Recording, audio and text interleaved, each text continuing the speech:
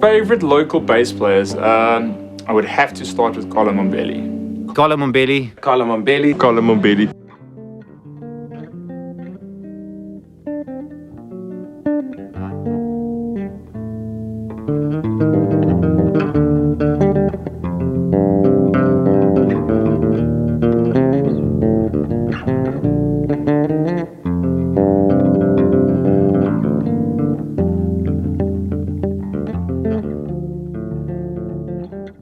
I started music by wanting to be a classical musician at 8, but my parents were against it. My dad wanted me to cook because he's Italian chef. But when I discovered, I heard Jaco when I was 16, and that was my influence to play bass, but I never wanted to play like Jaco. And I started on the fretless, there's my old fretless there still, my Ibanez fretless that I bought. And I always wanted to find my way of doing things. Now, I'm not against people that copy and want to play like Marcus Miller or Victor Wooten and that, but I've never wanted to do that. And when people used to say, wow, you sound like Jaco, in my heart I always used to think, yo, now what makes me sound like Jaco? And then I would try and find those spots and take it out of my playing, because it always felt wrong for me to ever sound like anyone else. I always was trying to find my way of playing things.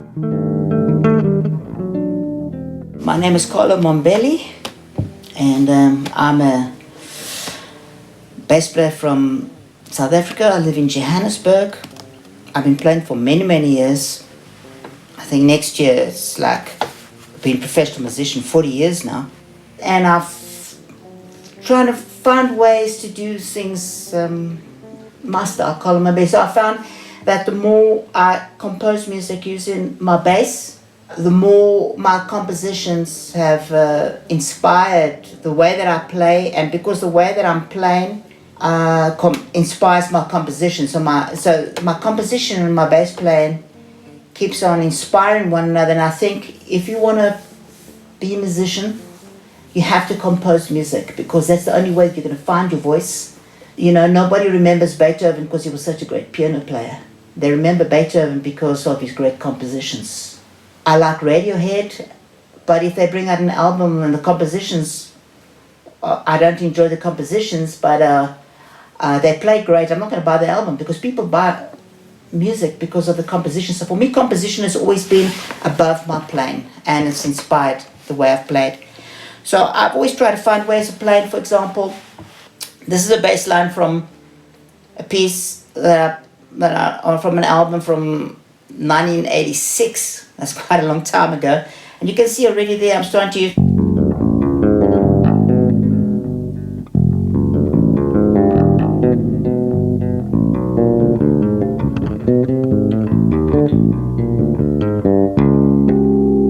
That's the bass line. We've all got our own ways, and we've got to respect each way, but I just try to find my way of doing things, and I've never been interested really in become famous at it. I taught myself, self-taught, never had a bass lesson, but I did do my apprenticeship at Johnny Ferree, playing live on stage, and that's where I learned a lot of music. And I don't see myself as a jazz musician, because I don't like to be placed in any box. I just play my music. I've really been inspired by many Brazilian musicians, the way that I play, you know, they...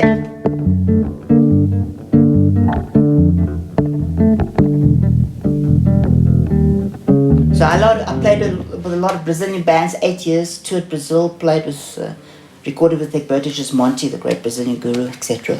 In the 80s, I was practicing so much, I stayed in my flat in Yeovil, that my hand seized, and they put me in a splint, but they left my thumb out.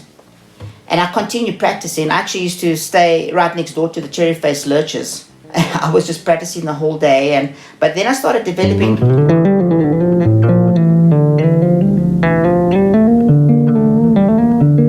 I started playing like this, and now it's still, it's something that I just found by mistake, and I've just kept it going. So a lot of the times, the little mistakes that you find or maybe the things that are you. And that's one thing about maybe a lot of teachers that try to iron out all the wrinkles, not realizing that that's maybe your sound. So you've got to make sure that you've got to find those things. All right, so here is, scrubbing brush that you use in the kitchen.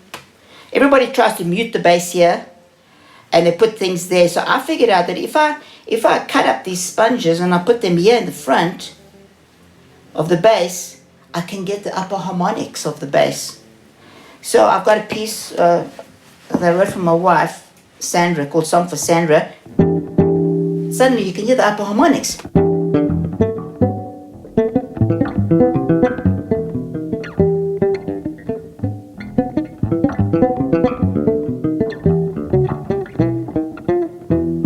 So if I want to change it, or I need more bass, I can change these things around. It's easier to take it out. Let me just get another sound.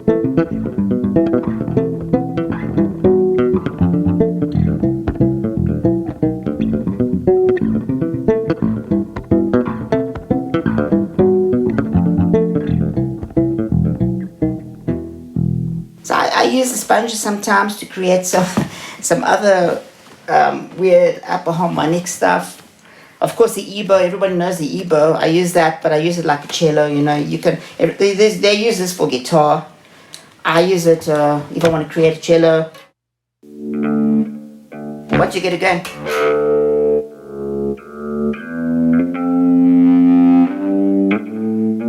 I use the ebow a lot, but I'm playing a lot with chords.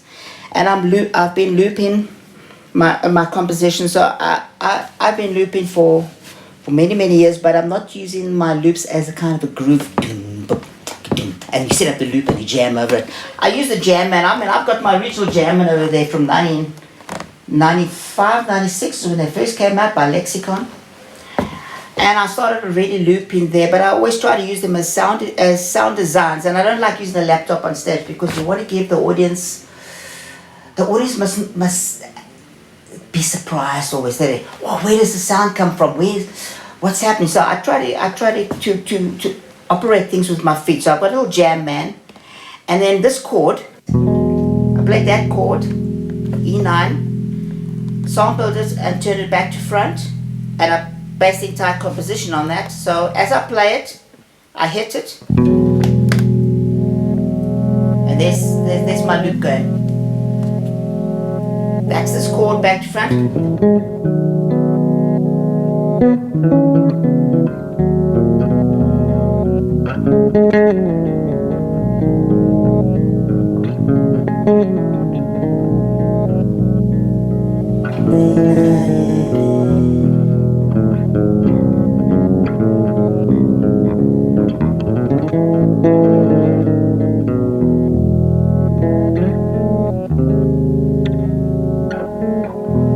And I can jump between the samples. I've got something else happening now.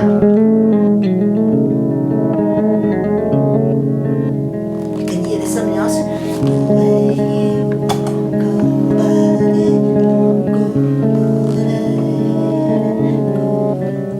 Etc. So I built. That's what I use the loop for, just to enhance my compositions, and we play on these things. Then I also use the loops. Of course, I set up loops. I wanted to find a way of playing that I'm screaming, there's something happen, and I needed to write a composition where I'm really screaming my frustrations. So I set this up. Let me show you. I set up this loop. It's called In Between I'll Eat Dark Chocolate. I go to a separate channel. I've gone very small. I sometimes play through octopedal. Into line A goes into my bass amp, and then when I'm looping, I take this into the loop station, which is a little jam man, into the PA or into another channel, another bass amp. So that when I'm looping, I capture the loop here, and then I go back to my line A again so that I can continue playing and it has no effect on the loop. So if I want to bring the loop out, I take it out and I'm still live. So a lot of times people put the loop station on their main line and they have to bend down and fade out the loop and they cannot play. So that's basically what I'm doing. So yeah, that's now I'm going to set up a loop. I'll split my single with my 8B box. going directly to my loop station. I set up a loop, which is just a little groove that I set up.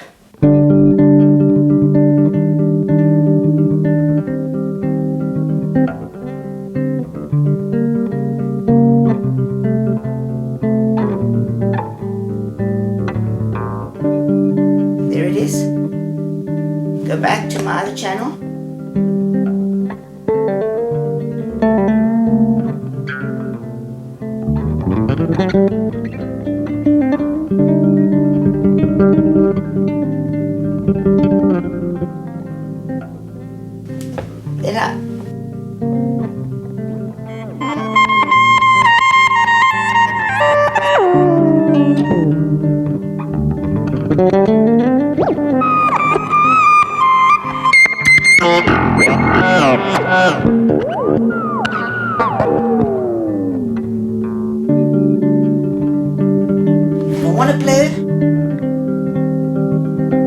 Once I take it over, the drummer can start coming in because I'm disappearing. Now I'm live, my loop's not in there anymore. But I never had a cut between the loop and my playing. And when I'm playing with the band, the drummer never plays actually with the loop. We do other improvisations only when I come in, because it's nicer if the drummer doesn't have a click track and that. I just want it to be completely natural, and so that's one way I'm doing. What I'm doing here is I'm taking a pitch shifter and a reverse, and I take it up 2 octaves.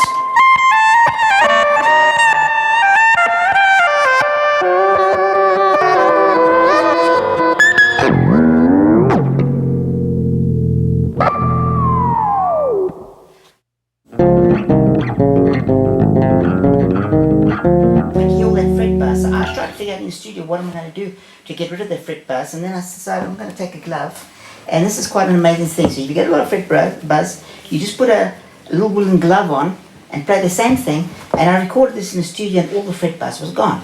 There's the fret buzz gone.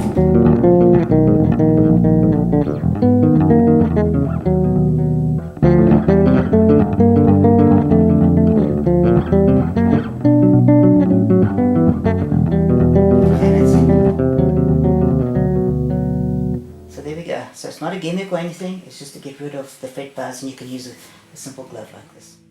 I listen to a lot of instrumentalists, but I think of bass.